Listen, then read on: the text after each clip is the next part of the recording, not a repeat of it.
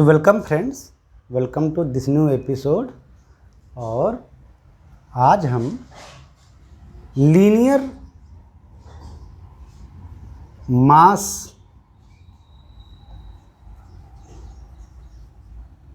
System है अगर, तो हम उसका सेंटर ऑफ मास निकालेंगे। लीनियर मास सिस्टम है तो हम उसका सेंटर ऑफ मास निकालेंगे। कैसे आता है देखते हैं, बहुत ध्यान से देखना, ठीक है। कहाँ पर सेंटर ऑफ मास होता है वो हम आज देखेंगे। ये मान लो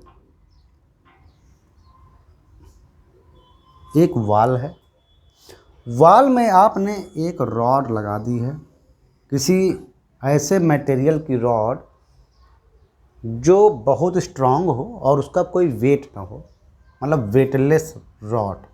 हालांकि ये जो मैं बात बोल रहा हूँ वेटलेस, तो यूनिवर्स में ऐसी कोई रॉड नहीं है मेटल की जिसका कोई मास ना हो या जिसका कोई वेट ना हो।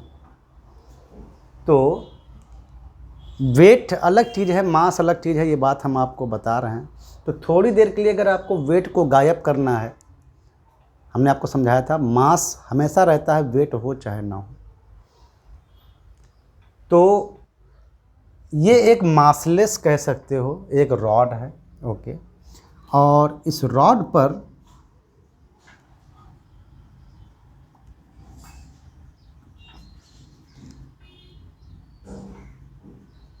ये मान लो ये 4 मास लगे हुए हैं, नीचे अर्थ है ऐसे।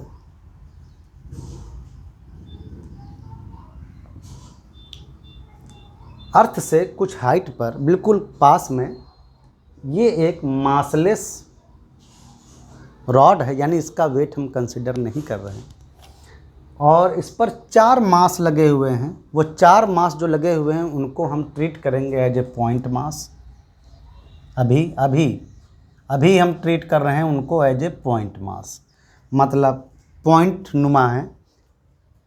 इसका मास है m1, इसका मास है m2, इसका मास है m3 और इसका मास है m4। ये वो पॉइंट है जहाँ पर ये इससे फिक्स्ड है, करेक्ट। रॉड इस वॉल से फिक्स्ड है। पहले मास की इस फिक्स पॉइंट जहाँ पर रॉड फिक्स है, इससे डिस्टेंस है x1, ओके। इसकी मान लो है x2, मतलब x2 यहाँ से लेके O तक, ये है x2, ठीक है। तो थोड़ा अगर हम बनाएंगे तो पिक्चर थोड़ी ऐसे, वॉल। तीसरे मास की डिस्टेंस इस फिक्स पॉइंट से है x3 और चौथे मास की डिस्टेंस इस फिक्स्ड पॉइंट से है x4।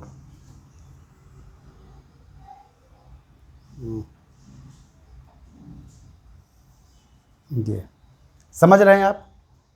देखो ऐसे हमारा अरेंजमेंट है। ये पॉइंट मास है, मतलब सेंटर ऑफ मास इसी, मतलब इस मास जो ये m1 मास है, तो ये खुद में एक अभी हमने पॉइंट मास माना है। ये सभी पॉइंट मासेस हैं। तो यानी जब पॉइंट मास ही है तो इसका जो सेंटर ऑफ मास होगा वो इसी पॉइंट में ही होगा, क्योंकि ये पॉइंट मास है, डिस्ट्रीब्यूटेड मास नहीं है। इसलिए हमने जस्ट अभी पॉइंट मास लिया है ताकि सेंटर ऑफ मास यहीं पर हो, उसी में। और इस पर जो वेट काम कर रहा होगा नीचे, अगर ये मास है, नीचे अर्थ है थोड़ी देर के लिए, तो वेट कितना काम कर रहा होगा पहले वाले मास का? W1 = m1 और m2 g, जानते हो। इसी तरह दूसरे मास पर भी अर्थ एक ग्रेविटेशन फोर्स लगा रही होगी, उस पर भी वेट नीचे की ओर काम कर रहा होगा, W2 = m2g, ओके। तीसरे मास पर भी काम कर रहा होगा नीचे की ओर, W3 = m3g, ओके।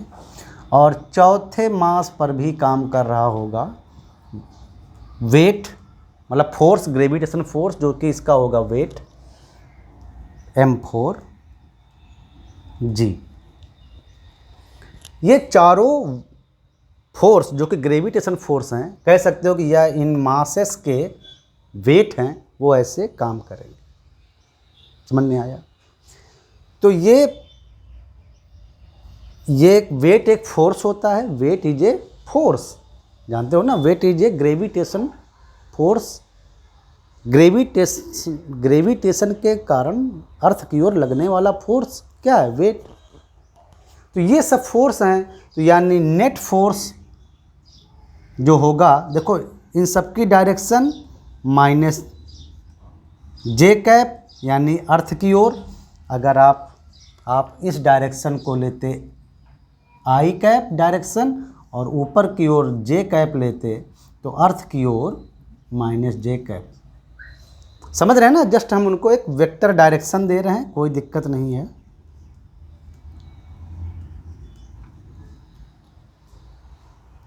तो जो नेट फोर्स नीचे काम करेगा, यानी sum of these forces, these are the weight or force, तो उनका सम कर दो तो सबकी डायरेक्शन कॉमन है माइनस जे यानी अर्थ की ओर।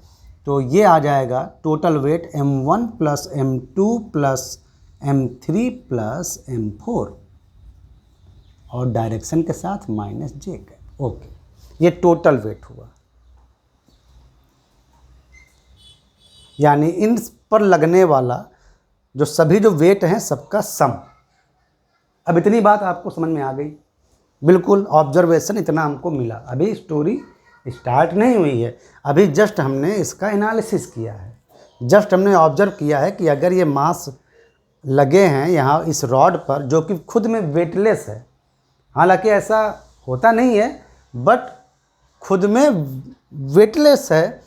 और अभी जो हम ये लीनियर मास सिस्टम जो लिए हैं, लीनियर का मतलब होता है कि एक लाइन में मास हो, और जो हमने अभी जो सिस्टम लिया है उसमें सारे मास डिस्क्रीटेड हैं।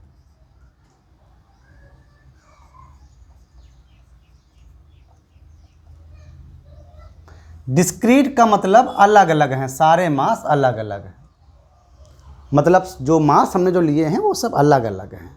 इसीलिए रॉड में भी मास है, लेकिन रॉड का मास कॉन्टिन्यूअस मास है, मतलब रॉड पूरी एक कॉन्टिन्यूअस मास है। तो उसकी अभी हम चर्चा नहीं कर रहे। अभी हमारा ऑब्जर्वेशन है कि हम सिर्फ अलग अलग मास जो लाइन में रखे हों अगर कहीं, उनका सेंटर ऑफ मास कैसे निकालते हैं। तो इसीलिए हमने अभी रॉड को मासलेस या वेटलेस माना। अभी हम रॉड को दिमाग में नहीं ले रहे हैं। देखो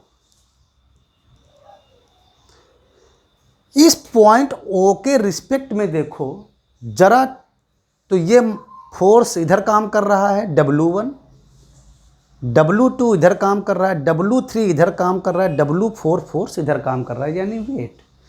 तो ये सारे फोर्स इस पॉइंट O से जो फिक्स्ड पॉइंट है यहाँ से कुछ डिस्टेंस पर काम कर रहे हैं। जैसे ये फोर्स इस x1 डिस्टेंस पर काम कर रहा है, यानी वेट। Force means weight. ये वेट या फोर्स x2 डिस्टेंस पर काम कर रहा है फिक्स्ड पॉइंट से। ये W3 फोर्स x3 डिस्टेंस पर काम कर रहा है, और ये चौथा जो मास है उस पर लगने वाला फोर्स यानी वेट W4 x4 डिस्टेंस पर काम कर रहा है। तो ये डिस्टेंस पर काम कर रहे हैं, तो ये क्रिएट करेंगे मोमेंट। मोमेंट जानते हो ना, moment equal to force into distance. तो और ये सब सारे जो फोर्स हैं एक ही डायरेक्शन में हैं, यानी ये एक ही जैसा मोमेंट O के रिस्पेक्ट में यानी फिक्स्ड पॉइंट के रिस्पेक्ट में क्रिएट करेंगे, यानी ये सब ऐसे इसको घुमाने का प्रयास करेंगे। तो टोटल मोमेंट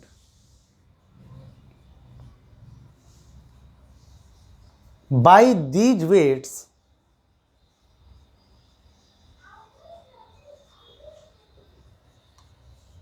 वेट्स का मतलब फोर्सेस, ग्रेविटेशनल फोर्सेस समझ लो, अबाउट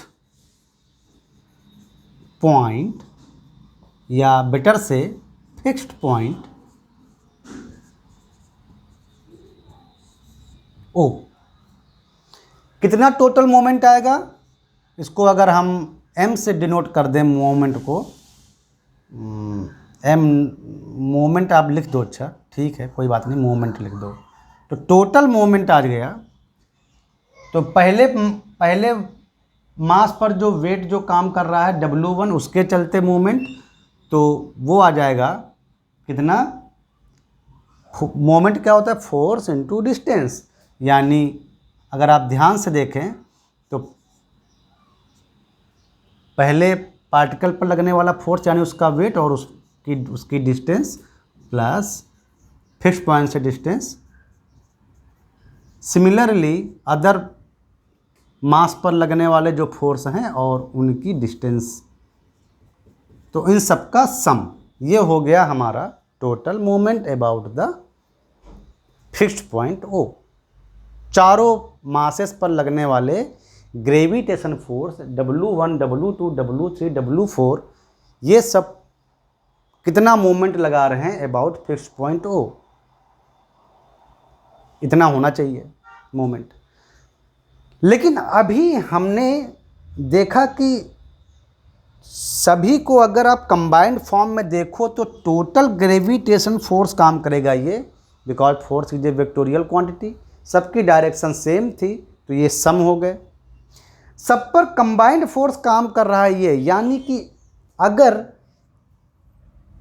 अब हम चारों को, अगर हम इन सबको भूल जाएं, हम इस सभी सिस्टम को, ये सभी जो अलग अलग मासेस हैं उनको अगर हम भूल जाएं, तो यानी ओ से कोई एक पॉइंट ऐसा है कहीं पर जहां पर हम मान सकते हैं कि कंबाइंड वेट W काम कर रहा है, क्योंकि W क्या था, इन सबका सम। ये जो सारे जो फोर्स जो काम कर रहे थे ग्रेविटेशन फोर्स, उन सबका सम ही तो था। यानी एक ऐसा हम पॉइंट ले सकते हैं जहां पर ये टोटल वेट काम कर रहा हो और जो उतना ही मोमेंट क्रिएट करे जितना ये अलग अलग क्रिएट कर रहे थे सम करके। तो मान लेते हैं कि वो पॉइंट है C, और यहां से डिस्टेंस जो है वो है x बार, या x डायरेक्शन ले रहे हैं ना हम इधर x, तो इसको थोड़ी देर के लिए मान लो x बार। तो टोटल जो मोमेंट आया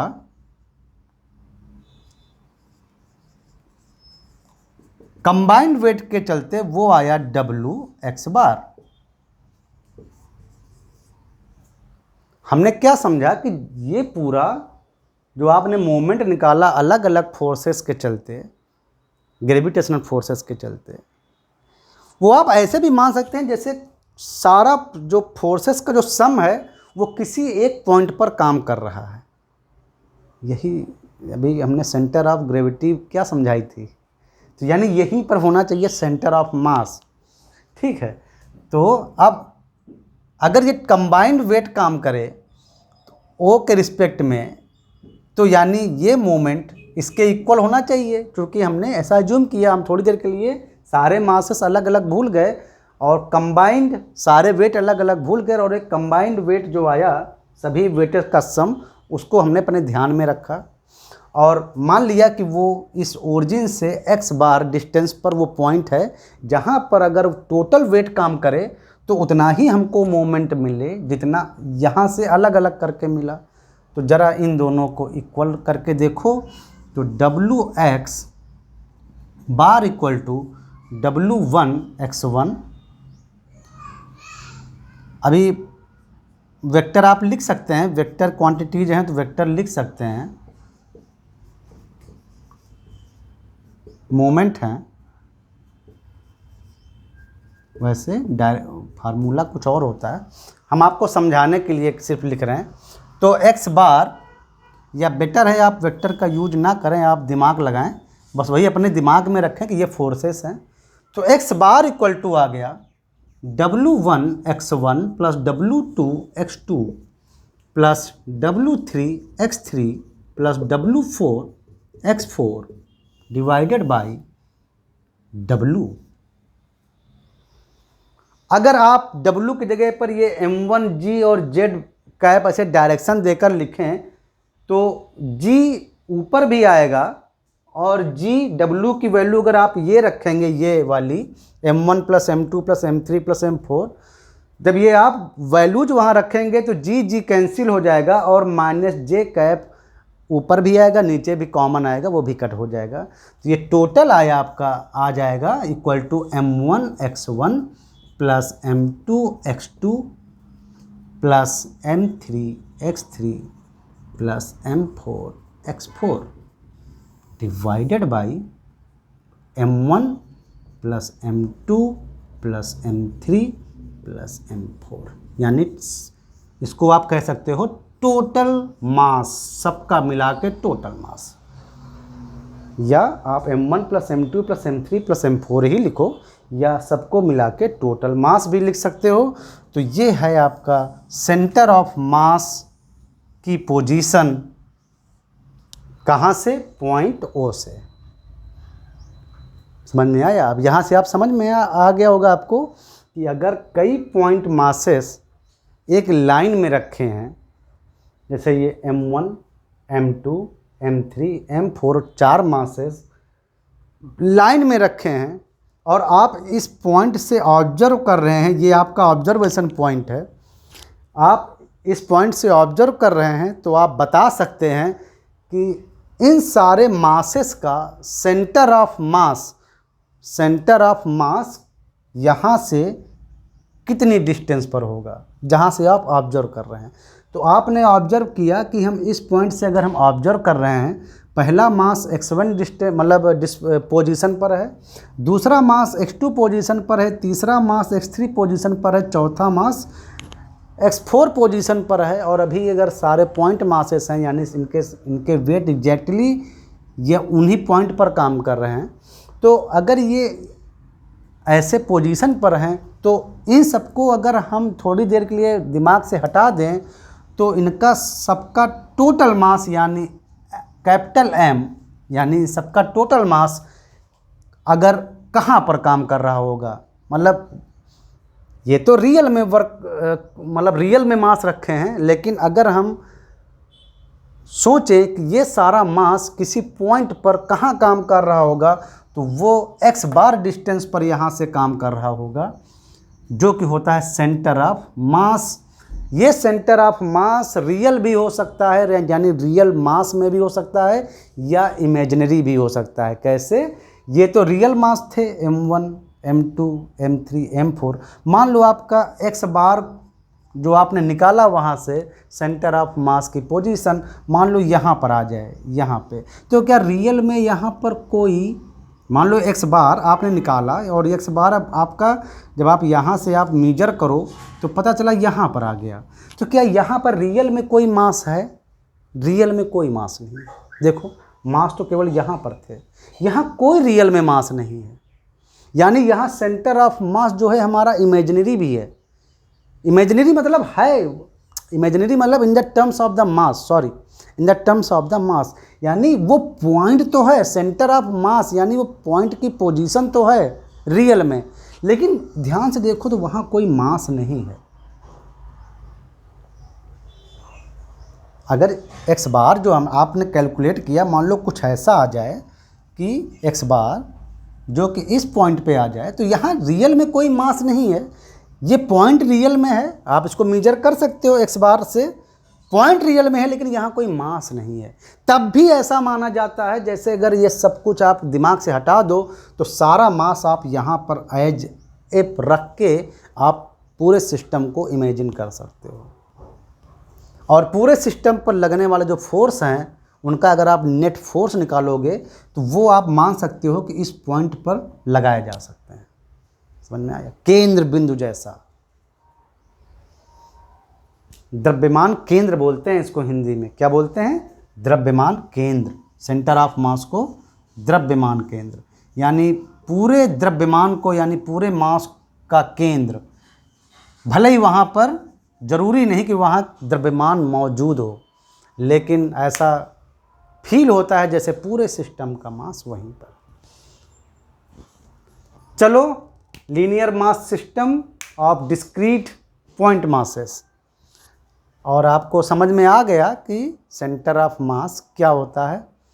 चलो मिलते हैं नेक्स्ट एपिसोड में, जहां हम आपकी पॉइंट मासेस नहीं लेंगे, अब की बार हम कुछ बॉडीज लेंगे, लेकिन लीनियर ही लेंगे ताकि आपको और गहराई तक समझ में आए। लीनियर ही लेंगे, डिस्क्रीट ही लेंगे, लेकिन अब की बार पॉइंट मासेस नहीं लेंगे, कुछ बड़ी बॉडीज लेंगे, तो जिससे आपका कॉन्सेप्ट और क्लियर हो। ठीक है, चलो मिलते हैं नेक्स्ट एपिसोड।